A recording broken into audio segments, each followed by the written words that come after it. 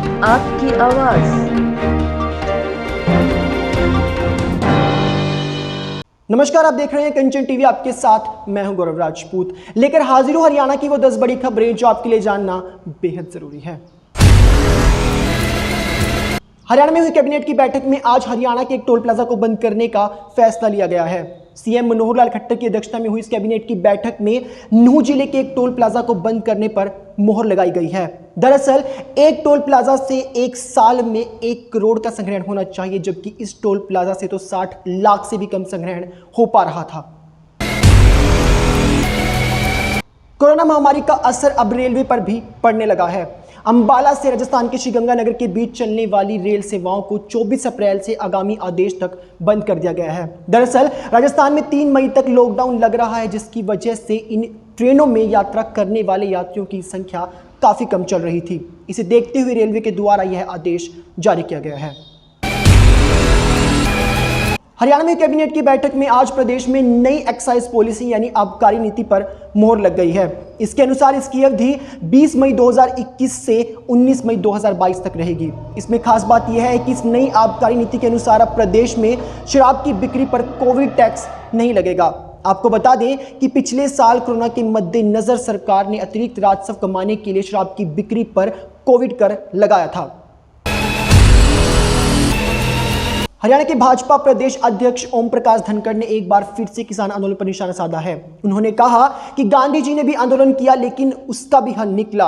आंदोलन राम जन्मभूमि अयोध्या को लेकर भी हुआ, लेकिन वह भी एक टाइम पर आकर समाप्त हुआ। उन्होंने कहा कि आंदोलन खड़ा करना बड़ी बात नहीं है, बल्कि आंदोलन को समय पर लौटाना भी चाहिए। उन्होंने इसी के साथ यह भी कहा कि आंदोलन में शामिल कुछ तथाकथित लोग आंदोलन को सिरे नहीं चढ़ने दे रहे। कोरोना संक्रमण को देखते हुए अब अंबाला छावनी रेलवे स्टेशन सहित मंडल के अन्य सभी स्टेशनों पर प्लेटफॉर्म टिकट नहीं मिलेगा।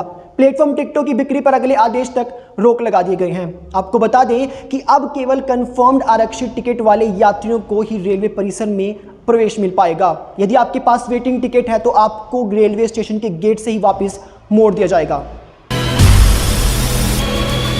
कोरोना के बढ़ते संक्रमण से निपटने के लिए सोनीपत प्रशासन ने एक बड़ी पहल की है। अब सोनीपत की ओल्ड रोहतक रोड स्थित वर्मा पैथ लैब में हर रोज 30 संदिग्धों की मुफ्त में कोरोना जांच की जाएगी। यह प्रयास प्रशासन के द्वारा किया गया है। इसके अनुसार अब हर रोज सुबह 9 बजे से लेकर 11 बजे तक इन लोगों को पहले कूपन बांटे जाएंगे। उसके बाद इन लोगों की जाँच टीम द्वारा की जाएगी। हरियाणा के जिंद से कोविड वैक्सीन की चोरी का मामला सामने आया है। यहां चोरों ने एक सिविल अस्पताल में बनाए गए पीपी सेंटर का ताला तोड़कर लगभग 1710 कोविड की डोज को चोरी कर लिया। इसमें लगभग 1270 कोविशील्ड तो वहीं 440 डोज कोवैक्सीन की शामिल हैं। आपको जानकर हैरानी होगी कि पीपी सेंटर में रखे 50,000 कैश को चोरों ने हाथ तक नहीं लगाया। अब आशंका जताई जा रही है कि कोविड महामारी के बीच कालाबाजारी करने के लिए इस वैक्सीन की चोरी की गई है। प्रदेश में बढ़ रहे कोरोना संक्रमण के बीच आज हरियाणा सरकार ने कोरोना गाइडलाइंस में बड़े बदलाव किए हैं। अब हरियाणा में सभी बाजार शाम के 6 बजे के बाद नहीं खुल पाएंगे। इसी के साथ आपको बता दें कि यह भी कहा गया है कि अब किसी भी तरह का गैर जरूरी समारोह नहीं किया जा सकेगा। अगर आप सरकार द्वारा बताई गई लिमिट के अंदर कोई भी समारोह करना चाहते हैं तो उसके लिए भी आपको पहले एसडीएम की परमिशन लेना जरूरी होगा। प्रदेश में कोरोना का खौफ इतना बढ़ गया है कि एक 19 वर्षीय युवक ने कोरोना के डर से अपनी जान दे दी। पंचकुला के रहने वाले 19 वर्षीय श्रेयांश के माता पिता को कोरोना हो गया था और उनके बाद दोनों ने अपने आप को क्वारंटाइन कर लिया था। तभी से श्रेयांश कुछ सहमा हुआ सा रहने लगा था और आज सुबह तड़के 5 बजे के करीब उसने 8वीं मंजिल से कूदकर अपनी जान दे दी। हरियाणा के गन्नौर के गांव अहिर माजरा में एक आरपीएफ जवान की संदिग्ध परिस्थितियों में मौत हो गई।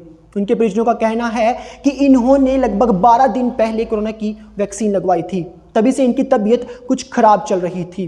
पुलिस ने पोस्टमार्टम करवा लिया है और अब पोस्टमार्टम की रिपोर्ट आने के बाद ही मौत के असली कारणों का पता चल पाएगा। लेकिन इस घटना के बाद कहीं ना कहीं लोगों के मन में अब वैक्सीन को लेकर एक डर सा बैठ गया है।